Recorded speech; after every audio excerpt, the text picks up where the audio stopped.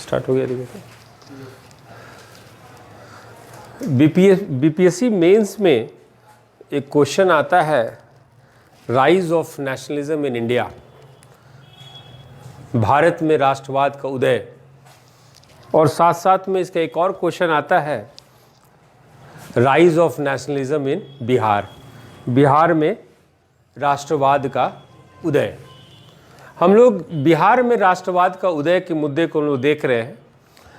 देखिए, राष्ट्रवाद या नेशनलिज्म ऐसा टॉपिक है जिसको कि आप एक समय अवधि में, एक टाइम फ्रेम में नहीं ला सकते। उसको समय समय पे जो भी आपका मुख्य घटना हुआ है उसके आधार पे आप, चाहे वो इंडिया लेवल पे हो चाहे वो बिहार लेवल पे हो, आपको राष्ट्रवाद का मुद्दा को देखना है। हम लोग बिहार में राष्ट्रवाद का मुद्दा जो देखे थे, पहला सेशन में हम लोग ये देखे थे कि भारतीय राष्ट्रीय कांग्रेस की स्थापना के साथ राष्ट्र आधार पे एक राजनीतिक चेतना जागी, पॉलिटिकल अवेकनिंग हुआ इंडिया लेवल पे भी, बिहार के स्तर पे भी हुआ। बिहार में भी प्रांतीय कांग्रेस कमेटी का गठन हुआ, प्रांतीय कांग्रेस कमेटी जो है प्रांतीय सम्मेलन का गठन हुआ। और देखिए, बिहार में जब इस तरह की राजनीतिक मंच का निर्माण हो रहा था तो बिहार में सबसे महत्वपूर्ण पहलू जो देखा जाता है वो है हिंदू मुसलमान की एकता। Bihar in fact is the only state in India where you can say that yes, look at this place. This place is known for its Hindu Muslim unity. 1906 में मुस्लिम लीग का गठन हुआ और बिहार में उसका कोई प्रांतीय शाखा नहीं था। अंत में बहुत ज़्यादा जो है कहिए आग्रह करने पे, रिक्वेस्ट करने पे एक यहाँ प्रांतीय बिहार में शाखा खुला। तो भी हम लोग देखते हैं कि कुछ मुसलमान जो नेता ये बिहार प्रांतीय कांग्रेस के भी सदस्य थे और मुस्लिम लीग के भी सदस्य थे। यानी मुस्लिम लीग का गठन होने से कम बिहार में हिंदू मुसलमान की एकता में कोई कमी नहीं हुई थी। और हिंदू मुस्लिम एकता को के बीच में करवाहट लाने का काम अंग्रेज का ये भूमिका रहा है, ये कोई छिपी हुई बात नहीं है। Means the English have always strived to create dissensions among the Hindu Muslim unity in India. But again, Bihar proved itself an exception to all these things. Bihar एक अपवाद के रूप में उभरा है। और आज हम लोग बिहार में राष्ट्रवाद का उदय जो देखेंगे उसका जो एक घटना को लेकर चलेंगे कि देखिए, इस घटना से बिहार में ये जो हिंदू मुस्लिम एकता, भारत के तरफ समर्पण जो है, आप कैसे एक घटना जो है और यहाँ बढ़ा दी गई। बिहार में राष्ट्रवाद का उदय का बहुत सा कारण है, लेकिन उसमें एक कारण ये भी है कि बिहार जो है बंगाल प्रांत से 1912 में अलग हो गया। तो बिहार बंगाल से अलग होता है और इसमें हिंदू मुस्लिम एकता दिखाई देती है और बिहार में राष्ट्रवाद की एक नए आयाम, we see a new dimensions in Hindu Muslim unity because of the creation of Bihar as a separate province from Bengal. हम लोग जानते हैं कि 1909 में मॉर्ले मिंटो रिफॉर्म्स आया था। 1909 में 1909 में मॉर्ले मिंटो सुधार आया था जिसको भारतीय परिषद अधिनियम भी कहते हैं। तो ये एक अंग्रेज का एक औजार था जिससे कि भारत में हिंदू मुसलमान के बीच में जो है एक दरार पैदा कर दिया जाए। ये जो मॉर्ले मिंटो रिफॉर्म्स था, it was based on the principle of communal electorate, है ना, एक सांप्रदायिक मतदाता, मतलब संप्रदाय के आधार पर मतदान होगा। सो कम्युनल इलेक्टोरेट का सिद्धांत था, कम्युनल इलेक्टोरेट का प्रिंसिपल था, सांप्रदायिक आधार का जो है इसमें सिद्धांत था। भारतीय राजनीति प्रणाली में ये पहला सिद्धांत था जिसको कि भारत में कोशिश किया गया कि किस तरह से संप्रदाय के आधार पर जो है लोगों को बांटा जाए। हम लोग कहते हैं संप्रदाय, लेकिन अंग्रेज का जो सोच था वो सोच था कि कैसे हिंदू और मुसलमान के बीच में दरार पैदा कर दिया जाए। ये दरार क्यों पैदा करना चाहती थी? अंग्रेज देख रही थी कि भारतीय राष्ट्रीय कांग्रेस का, इंडियन नेशनल कांग्रेस की लोकप्रियता बढ़ते जा रही है ना। और इसमें जो है सैयद अहमद खान काफ़ी मुसलमानों को बोले कि आप कांग्रेस को ज्वाइन मत कीजिए, आप कांग्रेस का सदस्य नहीं मिलिए। लेकिन बिहार पहला प्रांत है जहाँ पे कि बहुत ही ज़्यादा संख्या में मुसलमान जो है कांग्रेस के सदस्य बने, इसका नेतृत्व किए। तो सर सैयद अहमद खान से भी बात नहीं बनी, तो ये मौलवी मिंटो रिफॉर्म्स लाया गया ताकि कांग्रेस का जो लोकप्रियता है लोगों के बीच में, देशवासियों के बीच में, भारतवासियों के बीच में, इसको कम किया जाए, to neutralise the effect of Indian national Congress. Obviously Indian national Congress इसको नकार दी, इस सुधार अधिनियम को मानने से इनकार कर दी। The Indian national Congress refuted the reforms. और दिसंबर 1909 में लाहौर का अधिवेशन हुआ था, लाहौर का सेशन हुआ था, जहाँ पे कि कांग्रेस के कुछ मुख्य सदस्य थे, सुरेंद्र नाथ बैनर्जी, गंगा प्रसाद, ए चौधरी, ये लोग बहुत ही आलोचना किए 1909 के अधिनियम को, मोर्ले मोंटे रिफॉर्म्स को, मोर्ले मिंटो सुधार अधिनियम को।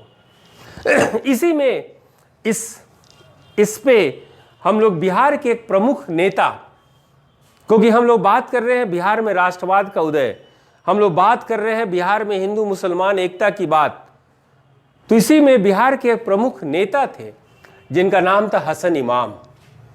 वो लाहौर अधिवेशन में, इलाहाबाद अधिवेशन में भी खुल के बोले कि हम ये सांप्रदायिक मतदाता का जो सिद्धांत है इसके हम विरुद्ध हैं। I am against the separate electorate, है ना।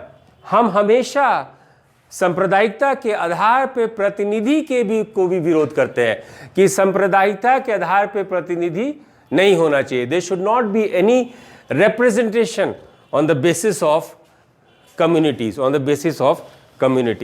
है ना। ये भी हसन इमाम ये बोले। और हसन इमाम जो है मोर्ले मिंटो रिफॉर्म्स को एक शब्द दिए जिसका नाम था pernicious scheme. He said that Morley Minto reform is a pernicious scheme to divide, to wedge, create a wedge between the Hindus and Muslims. Hasan Imam के अनुसार जो आपका जो मोर्ले मिंटो सुधार है ये एक हानिकारक योजना है, हानिकारक योजना है जिसके कारण भारत में हिंदू मुसलमान के बीच में जो है एक दरार पैदा होगा। उसी तरह बिहार के दूसरे नेता जो वो भी मुसलमान थे, ही वॉज ऑल्सो मुस्लिम, उनका नाम है मजहुल हक। मजहुल हक ये कहें कि आई हैव एबोरेंस टू कम्युनलिज्म, इस सांप्रदायिकता नाम से हमको घृणा है, मजहुल हक का ये कहना था, है ना। और वो साफ साफ कहें कि जब तक राष्ट्रीय एकता नहीं होगा तब तक विकास संभव नहीं है। Till the time there was no national unity, no progress is possible. और कांग्रेस सेशन में, कांग्रेस का अधिवेशन हुआ था इलाहाबाद में 1910 में, जिन्ना जी भी थे। और जिन्ना जो है एक रेजोल्यूशन, एक संकल्प पारित किए जिसको कि मोर्ले मिंटो सुधार को वो लोग नकारे। तो बिहार के नेताओं का इतना ज्यादा जो दबाव था कि जिन्ना भी जो है मोर्ले मिंटो रिफॉर्म्स को, मोर्ले मिंटो जो है सुधार को नकार दिए, रद्द कर दिए, रद्दी टोकरी में डाल दिए। तो यहां पे बिहार का महत्व, बिहार के लोगों का महत्व, बिहार के नेताओं का महत्व मालूम चलता है। आज भी ये हमको नहीं कहना चाहिए, हम दूसरे प्रदेश के साथ नहीं कह रहे हैं, लेकिन बिहार एक ऐसा राज्य है, भले it is not so rich, इतना ज़्यादा समृद्ध नहीं है, लेकिन यहाँ पे अलगाववाद की घटना बिहार में आप नहीं देखेंगे। यहाँ के लोग अच्छे हैं, यहाँ के लोग अच्छे हैं, और इसीलिए यहाँ के नेता भी अच्छे हैं, चाहे वो किसी पार्टी के हों, लेकिन वो अच्छे हैं। आप यहाँ पे खालिस्तान का झंडा नहीं देखेंगे, आप यहाँ पे तिरंगा का अपमान नहीं देखेंगे। ये है बिहार की धरती और ये इतिहास है हमारा, और हम लोग को इस इतिहास के साथ, गौरवमय इतिहास के साथ जीना चाहिए। 2 रोटी कम खाएं लेकिन राष्ट्रभक्ति दिखाएं। और हसन इमाम कहते हैं, व्हाट डज ही से? हसन इमाम कहते हैं, वी हैव नो हिंदू, हमारे पास कोई हिंदू नहीं है। वी हैव नो मोहम्मदन, हमारे पास कोई मुसलमान नहीं है। वी आर इंडियंस, हम लोग भारतीय हैं। एंड वी आर बिहारीज, हम लोग बिहारी हैं। तो ये देखिए, मोर्ले मिंटो सुधार अधिनियम पे बिहार के नेताओं का, बिहार के राजनीतिकों का, बिहार के पॉलिटिशियन का, बिहार के जनता का, बिहार के लोगों का ये जवाब था। और इसी क्रम में जब लाहौर सेशन में, इलाहाबाद सेशन में ईंट का जवाब कांग्रेस पत्थर से दी, तो ऐसी स्थिति में लेडी मिंटो गांधी जी को बोलती हैं, गांधी जी, ये कम्युनल रिप्रेजेंटेशन, ये सांप्रदायिक मतदाता की बात तो गोखले जी भी कहे थे। तो गांधी जी हंस के बोले, Gokhale ji was a good man, Gokhale ji बहुत अच्छे इंसान थे, लेकिन अच्छे इंसान से भी गलती हो जाती है ना। Casually he was a good man, but good man can always, there is always chances to do some mistakes. तो ये रहा जो है यहाँ के अब ये हम लोग चलते हैं कि एक इंडियन काउंसिल में, भारतीय परिषद में आपके एक सदस्य थे जिनका नाम था मॉरिसन। ये मॉरिसन क्या बोले कि जो कांग्रेस की जो लोकप्रियता है उसको कम कीजिए। अब कम करने का क्या तरीका है? दोनों को विभाजित कर दिए। भारत में विद्रोह हुआ, लेकिन जो सबसे अच्छा विद्रोह हुआ, जो लोग दिखा दिए कि नहीं हिंदू मुस्लिम भाई भाई, हम लोग ना हिंदू है ना मुसलमान है, हम लोग हिंदुस्तानी हैं, हम लोग बिहारी हैं, वो है बिहार का। अब सवाल उठता है कि ऐसा क्यों हुआ? बिहार में इस तरह से हिंदू मुस्लिम एकता की बात इतना जोर क्यों पकड़ ली? बहुत सारी घटना है, लेकिन इसमें एक कारण, बहुत सारे कारण है, लेकिन इसमें एक कारण जो हम लोग अभी डिस्कस करेंगे, जो हमारे डिस्कशन का पार्ट है, वो है आपका 1912। 1912 में 2 महत्वपूर्ण बात हुई थी। एक हुआ था बिहार का बंगाल से विभाजन, और दूसरा हुआ था कि 27वां राष्ट्रीय कांग्रेस का 27वां अधिवेशन आपका बांकीपुर में हुआ था। ठीक है, 27वां अधिवेशन बांकीपुर में हुआ था, पटना में हुआ था, और 1912 में बिहार जो है बंगाल से अलग हो गया था। Bihar got separated from Bengal. अब देखिए, बिहार बंगाल से अलग हुआ, Bihar got separated from Bengal. इससे क्या तब्दीली आया? इससे राजनीतिक रूप से तब्दीली आया, इससे पॉलिटिकल राजनीतिक रूप, सोशल सामाजिक रूप, कल्चरल सांस्कृतिक रूप, और इकोनॉमिकल आर्थिक रूप से भी तब्दीली इसमें आई। अब इसमें तब्दीली क्या आई? तब्दीली आई कि यहाँ के जब बिहार अलग हो गया तो यहाँ के लोगों में एक नई ऊर्जा, नई महत्वाकांक्षा जाग गई। A new energy, a new enthusiasm was created, political consciousness was generated. राजनीतिक चेतना जागी, और राजनीतिक चेतना जागी पश्चिमी शिक्षा के कारण यहाँ कहिए सांस्कृतिक पुनर्जागरण भी हुआ। देयर वॉज कल्चरल रेनेसां इन बिहार। और इन सारे ऊर्जा में, इन सारे महत्वाकांक्षा में, सारे पुनर्जागरण में, सारे कल्चरल रेनेसां में हिंदू मुसलमान जो है एक साथ कांग्रेस की नीति को मानते हुए, अपनाते हुए जो है आगे बढ़े। अब सवाल उठता है कि ये बिहार जो बंगाल से अलग हुआ है उसमें किन नेताओं का योगदान है, नंबर एक, और बिहार बंगाल से क्यों अलग हुआ, और तीसरा, क्या इसके कारण बिहार में एक नया राष्ट्रवाद का उदय हुआ। Did the creation of separate province of Bihar created a new type of nationalism in Bihar? So we have to look at this question. ठीक है, तो अब देखिए, बिहार व्यापारिक केंद्र था। आज जैसे बड़े बड़े शहरों का देखते हैं कॉम्पोजिट कल्चर, बिहार में मिश्रित संस्कृति थी। पटना गुड ट्रेडिंग स्टेशन, एक व्यापारिक केंद्र था, हर एक तरीके के लोग यहां पे रहते थे, है ना। इनके समाज और संस्कृति में हर एक विभिन्न प्रकार के लोग रहते थे, और पटना शहर, बिहार प्रांत जो है सबको अपने साथ समाहित कर लेता है। आज भी आप पश्चिम चंपारण जाएंगे, मोतिहारी जाएंगे, तो वहाँ अंग्रेजों का रहने का आज भी आप निवास देख सकते हैं। ठीक है, अच्छा, राष्ट्रवाद का जब बीज बोया जा रहा था और सब प्रांत में, बिहार में वो परिपूर्ण स्थिति में था। When the seeds of nationalism was being sown in other parts of the provinces, in Bihar it was in a full-fledged state. And in this full-fledged state, one thing was noticeable: Hindu-Muslim unity.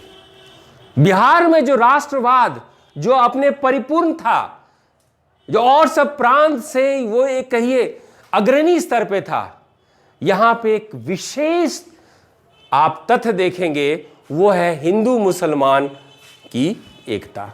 ठीक है, अब देखिए अब कहानी कैसे चालू होती है। 27वें अधिवेशन में जो बांकीपुर में हुआ, मजहुल हक जो थे स्वागत समिति के ये जो है अध्यक्ष थे। He was chairman of the reception committee. और 3 बातें ये बोले। पहला बात, ये बिहार के गौरवमय इतिहास को बताए। ही touched upon the glory of ancient Bihar history. Second, ये बोले कि Bihar stands for universal love. Bihar जो है सार्वभौम शांति का दूत है। और तीसरी बात ये बोले कि जो मुसलमान एंटी कांग्रेस हैं वो धीरे धीरे विलुप्त प्राणी हो जाएंगे। Means Musalmans who are anti Congress will be extinct one day. ये 3 जो है महत्वपूर्ण बात 27वें अधिवेशन में मजहुल हक जो है स्वागत समिति के जो चेयरमैन थे उनके द्वारा ये कहा गया।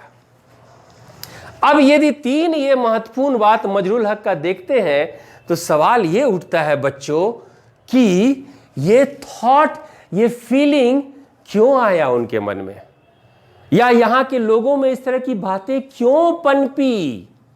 ये अच्छी अच्छी बातें हम नहीं बोल रहे हैं, कहीं और नहीं था, लेकिन बिहार में बहुत स्पष्ट था। It was very clear in Bihar. तो let's see why.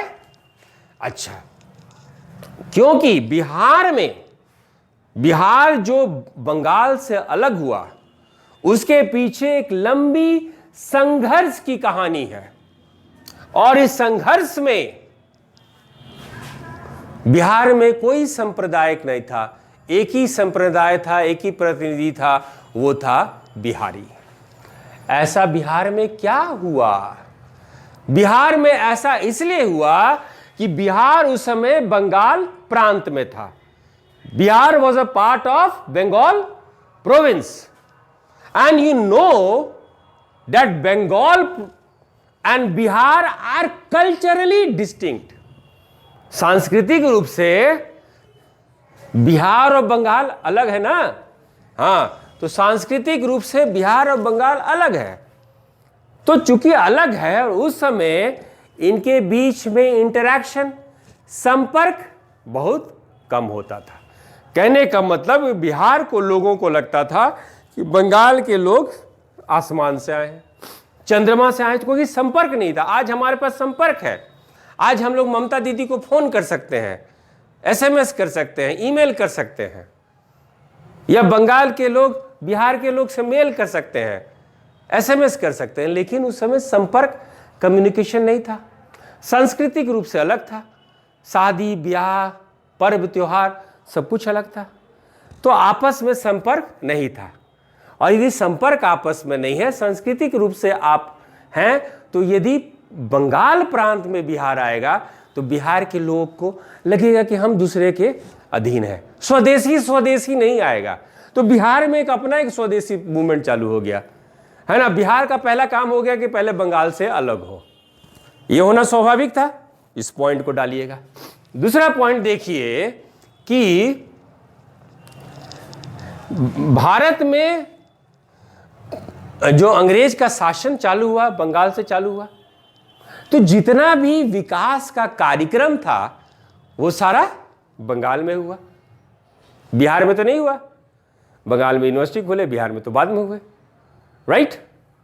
So all development work, all economic progress was in the region of Bengal, not in Bihar. तो इससे क्या हुआ? Economic disparity. इससे क्या हुआ? आर्थिक असमानता। तो आर्थिक असमानता हो गई तो बिहारी समझे हम कम कम, बंगाली समझे हम ज्यादा ज्यादा। ये कॉम्प्लेक्स था, ये सुपरियोरिटी कॉम्प्लेक्स था। तो बिहार और बंगाल में आर्थिक असमानता भी थी। अब सवाल उठता है कि अब यहां पे नया स्लोगन चालू हुआ, बिहार फॉर बिहारीज, मतलब बिहारियों के लिए ही बिहार। ये यहां पे चालू हो गया। तो ये चालू क्यों हो गया? क्यों ये बात आई कि जो बिहार है सिर्फ बिहारियों के लिए? तो ये शुरुआत हुई एम्प्लॉयमेंट अपॉर्चुनिटीज को लेके। ये शुरुआत हुई सरकारी नियुक्ति के लिए, है ना। जैसे कि अभी आप लोग सोच रहे हैं कि आईएएस बनेंगे और आपको क्लर्क की कुर्सी पर बिठा दिया जाए तो आपको अच्छा नहीं लगेगा, है ना। तो यही फीलिंग याद रखिए। अब क्या था कि बिहार में पश्चिमी शिक्षा हुई, या जो बिहार के लोग पश्चिमी शिक्षा लिए, वेस्टर्न एजुकेशन लिए, तो एक नया उनका स्पिरिट आया, एक नया ब्रांड आ गया। तो वो अपने आप को तुलना करने लगे बंगाल के शिक्षित मिडिल क्लास के साथ, है ना। The educated middle class of Bihar compared themselves with the educated middle class of Bengal. लेकिन बेचारे सिर्फ तुलना ही कर सकते थे, क्योंकि बिहार में जो नौकरी थी वो क्लेरिकल, जो किरानी वाला जो पोस्ट है उसी के लिए आरक्षित था बिहारियों के लिए। बाकी जितने भी उच्च पद थे वो सब था बंगालियों के लिए। भाई उच्च बंगालियों के लिए क्यों है? क्योंकि वो लोग ज्यादा पढ़े लिखे थे, ज्यादा संख्या में थे। बिहार में वैसी स्थिति नहीं थी, तो स्वाभाविक है कि इस तरह का प्रॉब्लम आएगा। बिहार के लोग जाना चाहते थे न्यायिक सेवा में, बेचारे को मिल जाता था किरानी का सेवा। बिहार के लोग बनना चाहते थे अधिकारी, अभी भी अधिकारी बनना चाहते हैं, मिल जाता था निचली सीट। तो इससे इनका असंतोष बढ़ने लगा। बिहार के लोग चाहते थे कि जो ये बिहार, जो बंगाल प्रांत है, उसके लेजिस्लेटिव काउंसिल में भी बिहार का बिहारी नेता को मिले जगह, है ना। प्रांतीय आपके लेजिस्लेटिव परिषद में या इंपीरियल काउंसिल में कलकत्ता यूनिवर्सिटी के सीनेट में भी बिहारियों को जगह मिले, ये जगह मिल नहीं पाता था। यहाँ तक की बात हुई थी कि कलकत्ता हाई कोर्ट के जो बेंच में है वहाँ पे जो सीट मिले, बैठने का जगह मिले, तो पटना के भी क्वालिफाइड वकील को वहाँ बैठने को मिले, वो भी नहीं मिलता था। तो इससे क्या हुआ, बिहारियों के बीच में आक्रोश आ गया। बिहारी जो है सेंटिमेंट्स जो है बिहारी के सेंटिमेंट्स को हर्ट हुआ। और इसमें जो प्रमुख लोग थे जो आक्रोशित थे, जिनके सेंटिमेंट्स हर्ट हुआ, वो थे मजरूल हक, वो थे सचिदानंद सिन्हा, वो थे महेश नारायण, वो थे कृष्णा सहाय, वो थे नंद किशोर लाल और वो थे अली इमाम। इन्हीं का महत्वपूर्ण योगदान रहा जिससे कि बिहार आपके बंगाल से अलग हुआ। अब देखिए, यदि बात किया जाए कि 1913 का डाटा, ये डाटा अपने आंसर में लिखिएगा, 1913 के डाटा में जो है 20 बिहार के लोग में से एक बिहारी हल्का फुल्का अंग्रेजी बोल पाता था, हल्का फुल्का है, 20 में से एक बिहारी। और वही यदि बंगाल का आप लेते 1913 में, तो 20 में से 6 बंगाली जो है अंग्रेजी हल्का फुल्का, तोड़ा टूट फूट, है ना, laughing English, buying English, talking English, है ना, इस तरह का हल्का फुल्का रूडिमेंट्री इंग्लिश जो है, तोड़ फोड़ अंग्रेजी 20 में से 6 बंगाली बोल सकते थे। बिहारी में बेचारा 20 में से 1 बोल पाता था, और वो भी सिर्फ स्वपंथ है। ठीक है, अब देखिए, अब जो है पश्चिमी शिक्षा हुआ, वेस्टर्न एजुकेशन हुआ, अब शिक्षित रूप से शिक्षित हो गए, एडुकेटेड हो गए, एक इनमें चेतना जागी, बिहार में एक मिडिल क्लास का उदय हुआ, है ना, rise of middle class in Bihar, मध्यम वर्ग का उदय हुआ, ये भी अंग्रेजों का ही देन था।